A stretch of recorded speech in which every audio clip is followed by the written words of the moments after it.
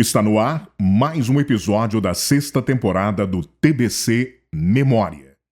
Ele já realizou mais de 10 mil comerciais, dirigiu documentários e curtas-metragens e é um dos pioneiros da cinegrafia em Goiás, com passagem por diversas emissoras de televisão. Fez inclusive novelas ao vivo. É também um expert em campanha política. Na trajetória de quase 60 anos, constam em seu currículo diversos prêmios, inclusive internacionais. O nosso convidado é Antônio Eustáquio Alves da Silva, mais conhecido como Taquinho.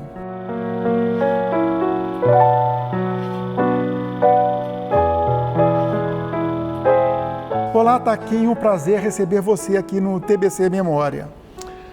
Bom, Enzo, estou muito alegre de estar aqui participando desse programa.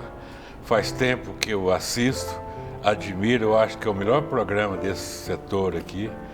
E você, com muita maestria, domina muito bem esse programa. Muito obrigado, estou muito feliz de estar aqui.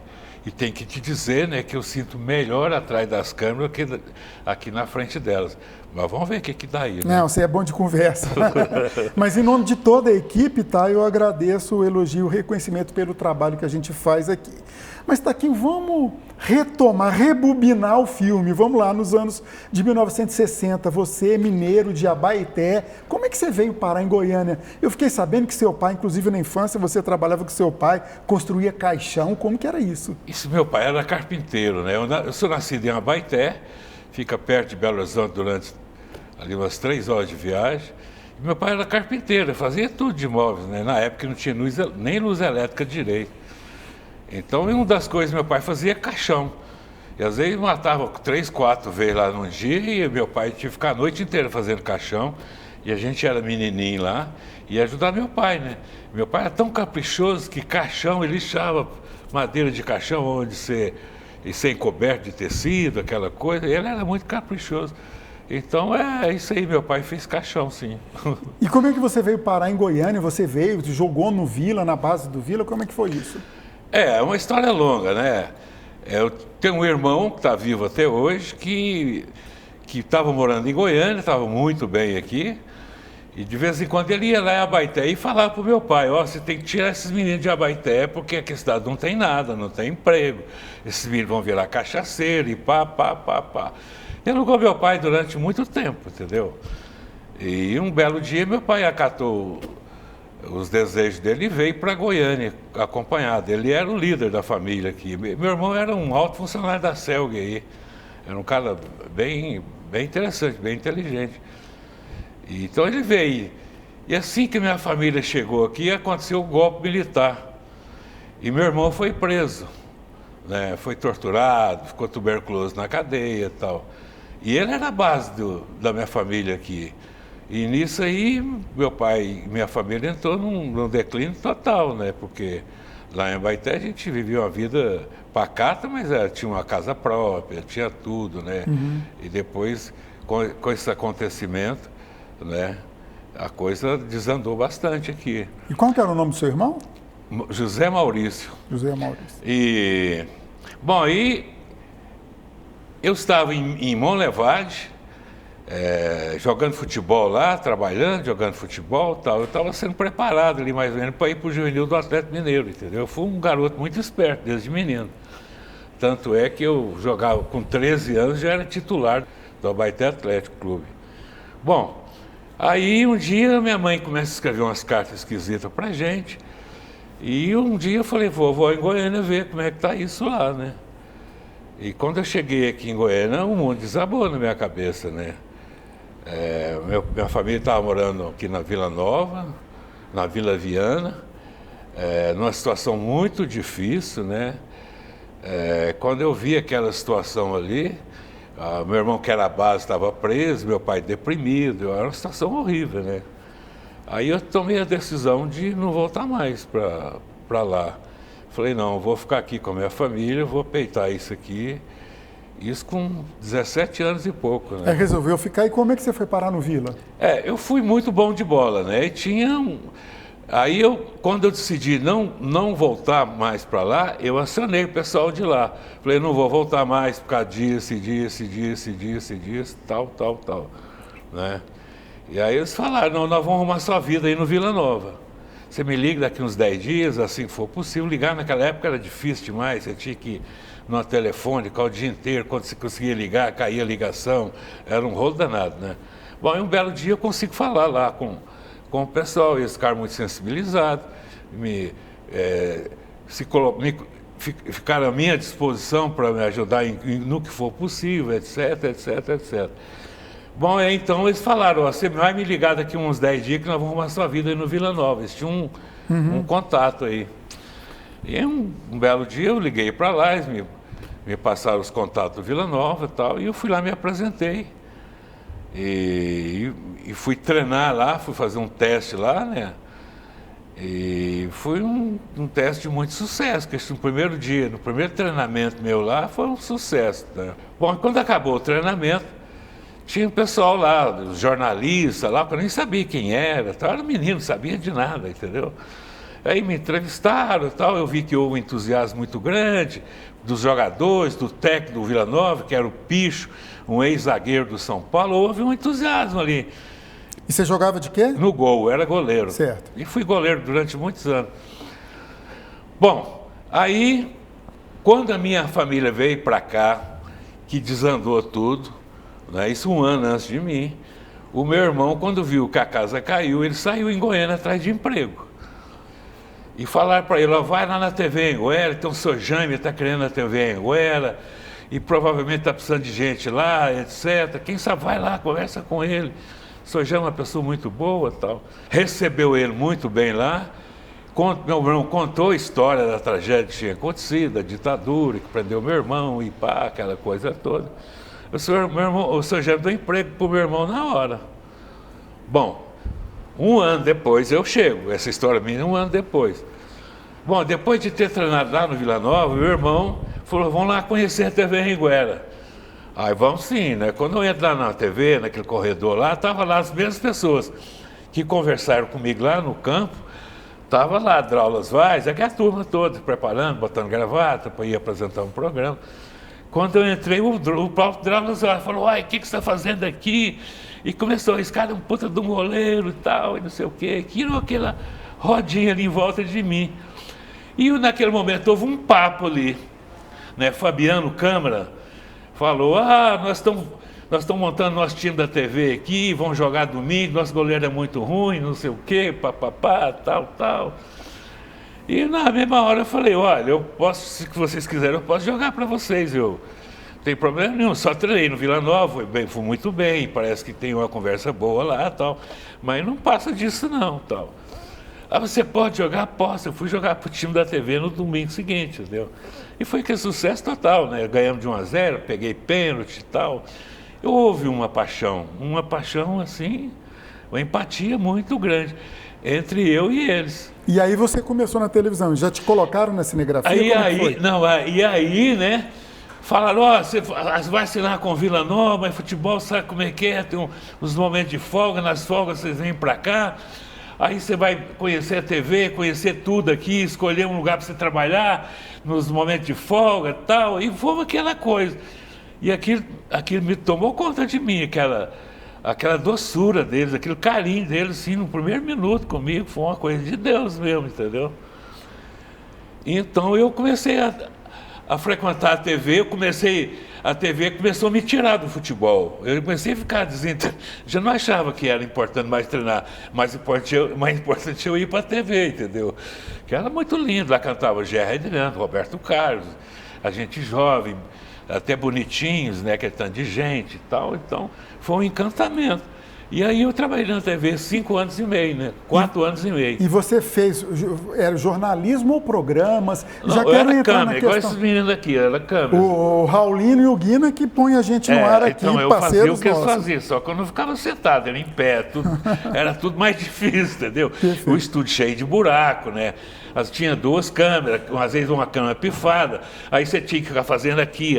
Era aquelas câmeras de torre, né? Que eram Câmera 3D. de torre, não tinha nem zoom ainda, né? Era uma luta danada. E essa história de fazer novela ao vivo com Cici Pinheiro, inclusive Cici Pinheiro já foi objeto de episódio do TBC Memória com o filho dela, o Antenor Pinheiro. Mas conta pra gente aí como que era isso. Quando eu cheguei na TV, eu entrei na TV no último capítulo da Família Brode, que foi rodado começou em 65, terminou em junho, ali por ali. Eu entrei no último capítulo, eu fiquei louco com aquilo. Bombeiro fazendo chuva lá no meio da rua. Era uma loucura. Imagina aquilo em 65, que não tinha nem videotape, as novelas não eram gravadas, ia para o ar direto. Os atores ensaiavam a tarde inteirinha e tal. E à noite acontecia a novela, né? Tipo 8 horas da noite, entrava um slide lá e papo. E às vezes tinha duas câmeras, né? Então muitas vezes você tinha ali um cenário de uma putaria e do outro lado um cemitério. Aí você tinha que sair daqui da putaria para ir para o cemitério com uma câmera só. O que você fazia? A câmera era de torre, né? Não tinha zoom. Sim. Então tinha 4 lentes. Aí o diretor te falou, quando o cara falar isso, você vai. A gente tirava aquela torre assim, e caía em cima do outro cenário. A gente era treinado, a gente treinava o dia inteiro. Ficava o dia inteiro empurrando câmera para lá, conhecia os buracos do estúdio, tudo. O estúdio era um calor louco, tinha mais de 70 lâmpadas desse tamanho assim, era uma loucura. Agora, foi um sucesso. Além do ao vivo, vocês trabalhavam com filme também, né? Quando ia para a rua, né? Não, isso aí é outra história, né? O filme já é outra história. Bom, as novelas faziam tanto sucesso que num sábado tinha um patrocinador ali na Rua do Lazer, que ia 2 atores lá para dar autógrafo. Tinha que ter polícia lá, porque o povo avançava os atores. Era tudo ator de Goiânia, entendeu? Foi muito bom, foi uma fase muito bonita que nós vivemos na TV. No próximo bloco, nós vamos para o intervalo. Agora a gente vai falar já da sua carreira como cineasta, como diretor, como cinegrafista, inclusive com prêmios, né? Prêmios ambientais que você recebeu concorrendo em concursos nos Estados Unidos. A gente vai para o intervalo e volta a falar sobre isso já, tá ok? Ok. TBC Memória, ajudando a preservar a história de Goiás. Este ano, o fogo vai consumir só em Goiás uma área do tamanho do Líbano. Plantas e animais vão desaparecer no inferno de chamas.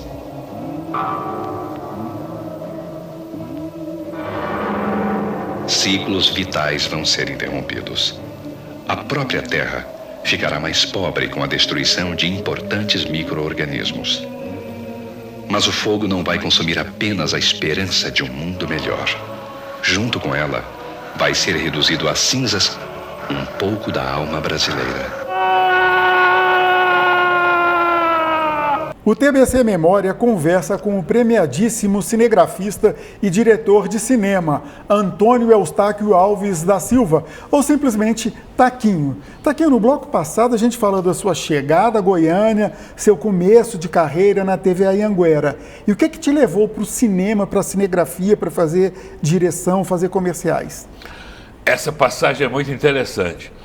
Lá na TV Anhanguera, nós éramos câmeras, o Euclides, que foi um dos primeiros câmeras de Goiás, começou na TV Tupi, que era chamada TV Goiânia, que era de Diário Associado, depois ele foi para a TV Anhanguera. O Euclides era um cara muito bacana, inclusive ele foi fundador da Macro, que foi um dos maiores produtores do Centro-Oeste brasileiro. Bom, nós dois éramos câmera lá. O Euclides saiu 1 ano antes de mim. E naquela época começou a circular umas câmerazinhas de filmar, câmera de dar corda, tal, umas câmeras desse tamanho. De filme, né? De filme, película, que é outra história, né? Então o Euclides comprou uma câmera daquela e começou a filmar em Goiânia, entendeu? E começou a filmar, tal. E um belo dia, o Euclides me chama lá na produtora dela, que era bem em frente à TV ali, e me falou, tá aqui, eu tenho um desafio muito grande para você aqui. É assustador, entendeu? Mas eu acho que você vai dar conta e tal. O que é, Euclides? Ele me contou que tinha pegado um filme para fazer sobre a exposição agropecuária de Goiânia, que ia fazer em 35mm, que ia fazer um documentário da Vicunha, que era uma grande indústria de tecido que tinha lá em Anápolis. essa indústria até hoje no Nordeste, não é? E ele queria que falei, o desafio era eu ir lá para Anápolis com aquela câmera de filmar, que eu nunca tinha visto aquela câmera, eu nunca tinha pegado naquela câmera de dar E deixa eu te perguntar uma coisa, 35mm era um filme muito caro, né? Muito e diferente caro. da gravação magnética e tal, se não ficou bom, joga fora, né? Joga fora. Então, assim, o cinema é uma coisa muito séria, é muito caro e é muito estudado, é muito planejado. Por isso que até que a gente teve mais sucesso na vida do que outras pessoas, porque a gente fez isso com muito carinho, com muito cuidado, porque era muito caro. Bom, aí o desafio era esse. Euclides, eu nunca vi uma câmera dessa, como é que você me põe abacaxi na minha mão? Não, pá. E aí passamos uma noite inteira lá, ele me ensinando como é que eu operava aquela câmera. Uma câmera desse tamanho, assim, de dar corda, não tinha zoom, não tinha nada, tinha 4 lentes e tal. Né, o visor, você olhava, era um visor paralelo, não era um visor que você via através da lente. Né, você tinha uma referência do que você estava filmando, entendeu? Aí passamos uma noite inteira fazendo uma bíblia aqui você resolve assim, aqui, porque é uma noite inteira e tal. E eu fui para Anápolis, sozinho, levando iluminação, que na época não tinha essas luzes sofisticadas, era uma cruzeta de pau com luz fotofluo, não sei se você lembra disso. Era uma cruzeta, cada um tinha uma lâmpada. E quente, né? Muito quente, né? Muito quente e tal. E eu fui para Anápolis, fiquei uma semana lá filmando essa indústria, né? E fiquei lá uma semana. Aí quando eu cheguei, aquele tanto de latinha de filme, o maior desafio era botar filme na câmera. Você tinha um saco preto, você botava aquele saco preto, enfiava as mãos ali dentro e abria a câmera no escuro, tudo do tato. Botar filme ali era um maior desafio. Explica, né? para os mais jovens, porque se entrasse um pouco de luz... Queimava, não podia entrar luz, né? Bom, aí chego dessa missão, entrego o filme para o Euclides, morrendo de medo, né, tal. E o Euclides mandou o filme para revelar em São Paulo, na época eu revelava tudo em São Paulo. E uns 10 dias depois ele me chama lá. Eu já fui trêmulo, né, para ver o que tinha acontecido, né. Aí o Euclides preparou um projetor lá e eu sentei ali e ele disparou aquelas imagens, né. E nessa época a TV era preto e branco. E aquele filme colorido, tinha muito erro, né, tinha muita coisa desfocada, muito desenquadrada e tal. Mas com os acertos que teve, deu para o Euclides resolver o filme, fazer o filme que ele precisava de fazer. E a partir disso ele começou, não, você tem que sair da TV, tem que sair da TV. Eu relutei muitos anos, e aí finalmente eu topei sair da TV. E graças a Deus estou aqui até hoje. Bom, 60 anos para a gente contar em um programa só não dá, né? Mas vamos já saltar para prêmios. Vamos até mostrar agora um comercial que você produziu. Foi uma série de comerciais ambientais na década de 1980, né? Ambientais na década de 1980, né? Este mês, milhares de alqueires de florestas vão ser consumidos pelo fogo. Milhares de animais vão morrer. E não se iluda com a ideia de que isso não atinge. Esse filme aí que você está falando ganhou todos os festivais que entrou, Prêmio Profissionais do Ano da Rede Globo, e foi finalista no Clio. Você que finalista no Clio significa que você está em quarto, quinto lugar, entendeu? Tem o primeiro, segundo, terceiro, depois uns finalistas. Quer dizer, então, assim, dos melhores do mundo, então. Dos melhores do mundo. Esse comercial, a criação dele foi do Jordão, né? Carlos Jordão. Foi o único gênio que a publicidade de Goiás produziu, para o meu gosto. Era um gênio mesmo, entendeu? E tudo que ele fazia era prêmio. Todos os prêmios que eu tenho foi criação dele. Agora, ele me entregava um papel, né? Ele nunca foi numa gravação, numa filmagem. Então, ele criava o roteiro, te entregava o roteiro num papel, escrito por um Olivetti, né? E você pegava aquilo e transformava aquilo em som e imagem, né? E a gente sempre fez aquilo com muita devoção, com muita paixão, com muito amor, com muito respeito, né? Porque a gente fazia cinema. E quem faz cinema, parece que o coração do diretor passa para dentro do filme, que é diferente do vídeo, né? Dessa coisa de tecnologia aí que a gente tem no início a gente teve muito preconceito com isso, entendeu? Deixa eu te fazer uma pergunta, eu te interromper. Dá para fazer cinema, publicidade, audiovisual só com a tecnologia, sem coração? Que você falou agora há pouco de coração. Dá para fazer, mas não fica bom, né? Porque quando o coração não passa para dentro, não cola, né? Acho que não... Então, assim, quando a gente vai fazer qualquer trabalho, primeira coisa, né? A gente acha que está fazendo aquele trabalho é para Deus, não está fazendo para cliente, nem nada, nem por dinheiro, né? Aquilo é uma missão que Deus botou na nossa mão e a gente respeita muito isso, né? Então, todo esse pessoal que lidou com cinema, eles são umas pessoas diferenciadas, né? São muito cuidadosas, etc., porque você tinha um rolinho de filme de 100 pés. 100 pés são 3 minutos de filmagem. Você tinha que fazer um filme com um rolinho de filme, entendeu? Então era muito caro e etc, etc. Então a gente planejava muito, a gente estudava muito, a gente ensaiava muito, né? Era feito com muito carinho, com muito respeito. E você fez também comerciais, uma série de comerciais para shopping center, com molecada imitando Beatles, Elvis Presley. Como é dirigir criança e tantas ao mesmo tempo? É mais difícil? Olha, eu sou, vamos dizer que especialista em filmar com gente que nunca filmou na vida, entendeu? Até que os maiores trabalhos que eu já fiz, eu fiz com gente que nunca filmou na vida, né? Então, dou muita sorte com criança, então, né? Então, dou muita sorte com criança, então, né? De fato, tem um sucesso, sim, esplendoroso, né? E as primeiras ideias eram boas, né? Que era, a campanha chamava Ídolos. Então, a campanha foi feita para que as pessoas que curtiram Beatles, Elvis Presley, que é aquela geração, para agradar aquela geração que provavelmente ia comprar presente para as mães. Então, foi feito para essa geração. Liza Minnelli e tal.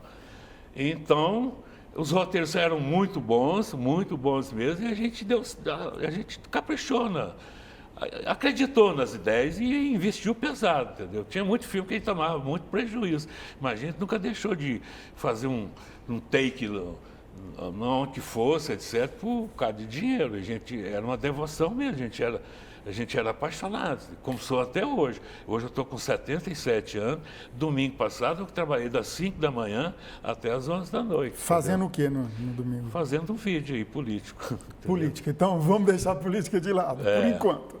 Você já dirigiu globais como Marcos Frota também? Como é que foi essa experiência? Dirigi Marcos Frota, Regina Duarte, Lima Duarte. A gente tinha uma convivência muito boa. Primeiro, no cinema a gente ia muito para São Paulo. Então a gente encontrava muito ali no balcão do laboratório, né, com Hans Donner, com esses atores todos. Eu tive uma convivência muito grande. O Hans Donner que é responsável pela cenografia da Globo. Foi que criou as vinhetas da Globo, foi que as vinhetas fantásticas.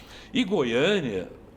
a Goiânia participou da discussão nacional em produção de filme. Aqui nós fizemos filme com o Banco do Brasil, Philco, Philips, Petrobras. Nós fizemos muito filme nacional aqui em Goiânia. E filmes de direção sua, a gente até mostrou aqui no nosso telão agora há pouco, o Urubus, esse filme é seu, a sua direção, como que é? O roteiro é do Miguel Jorge, né? Ele mostrou o roteiro e foi uma produção que marcou a época e foi muito bacana o filme. Nós fizemos de um dia. O que você quer? Eu quero um chapéu! O roteiro é do Miguel O sol tá Jorge, queimando minha cabeça!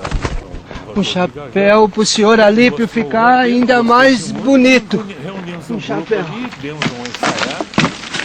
Nós começamos a gravar 4 horas da manhã, quando foi 2 horas da tarde, o filme está captado. É um curta? São 30 minutos, é um curta-metragem. E atualmente, além de política, você está fazendo um trabalho também para o Instituto Histórico e Geográfico? Eu sou membro do Instituto, né? O Instituto está vivendo uma grande fase lá. Tem um promotor de justiça que assumiu a presidência lá, um cara que está fazendo uma revolução. Sim, o Jales Guedes, né? O Jales Guedes está fazendo uma revolução. Então, como sempre gostei de cultura, eu sempre estive lá, sempre ajudei e estou tentando ajudar, né? Então a gente faz as coisas de lá em situações bem diferenciadas e tal.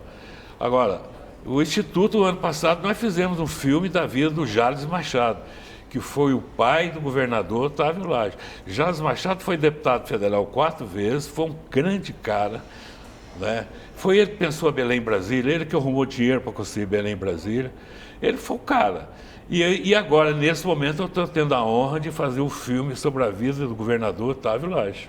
de Siqueiro. Taquinho, com 60 anos de carreira aí, o que você não fez e gostaria de fazer? Te peguei assim de improviso essa pergunta. Olha,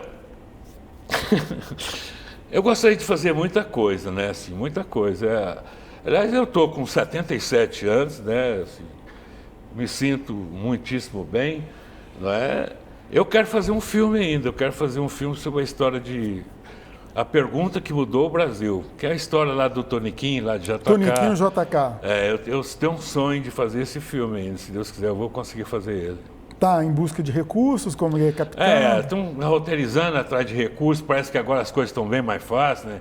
Com Lei Goiás, Lei Rouanet, Lei Paulo Gustavo. As leis federais voltaram, muito, né? bom, essas leis têm ajudado muito o cinema brasileiro, né? Muita cultura. É muito importante esse trabalho. E uma última pergunta. Você é um saudosista ou se adapta aos novos tempos? A pergunta é, filme é melhor do que a gravação atual, em memória, ou isso é irrelevante? O filme, ele é diferente. O filme, por ser caro, por você não ver o que está fazendo, você filma, você não vê, você vai só... Isso antigamente, depois, agora uns tempos para cá, já dá para ter um vídeo, assiste, já começa a gravar, mas você não tem o resultado, só depois que revelou o filme que você vai ver mesmo, né? Então mas ele me pergunta, qual é a diferença do vídeo e do cinema? Aí eu digo que para nós o cinema é uma arte sagrada, é uma arte sagrada, que parece que o coração do diretor passa para dentro da película, etc. E o vídeo é uma arte profana, porque você desfaz. Então essa geração hoje, por exemplo, os meninos saem filmando, filmando, lá na ilha conserta mesmo.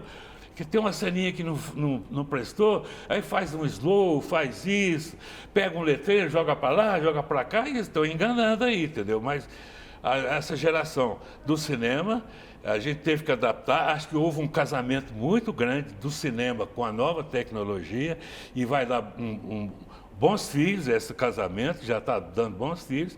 Então, acho que tudo é muito bom. Eu não tenho saudade de nada, eu tenho saudade de estar trabalhando. Ao sair daqui, eu vou continuar o trabalho que eu estou fazendo. Não tenho saudade de nada. Viver o momento, né? Tá aqui, o nosso tempo acabou, te agradeço muito, muita história interessante. Pena que o programa tem um limite, senão dava para a gente ficar aqui mais de uma hora conversando. Muito obrigado e parabéns pela sua carreira. Muito obrigado, eu me sinto feliz, honrado de estar participando, eu acho que dos melhores programas da cultura em Goiás, muito cuidadoso, precisava das pessoas ter noção do cuidado que esse programa está sendo feito, né? Eu parabenizo a TV Brasil Central, quem tem visto umas tentativas aí boas aí de mudança, de renovação, né? E eu estou muito feliz, que me sinto bem aqui em casa, aqui na TV Brasil Central. Obrigado mais uma abraço. vez. TBC Memória, ajudando a preservar a história de Goiás.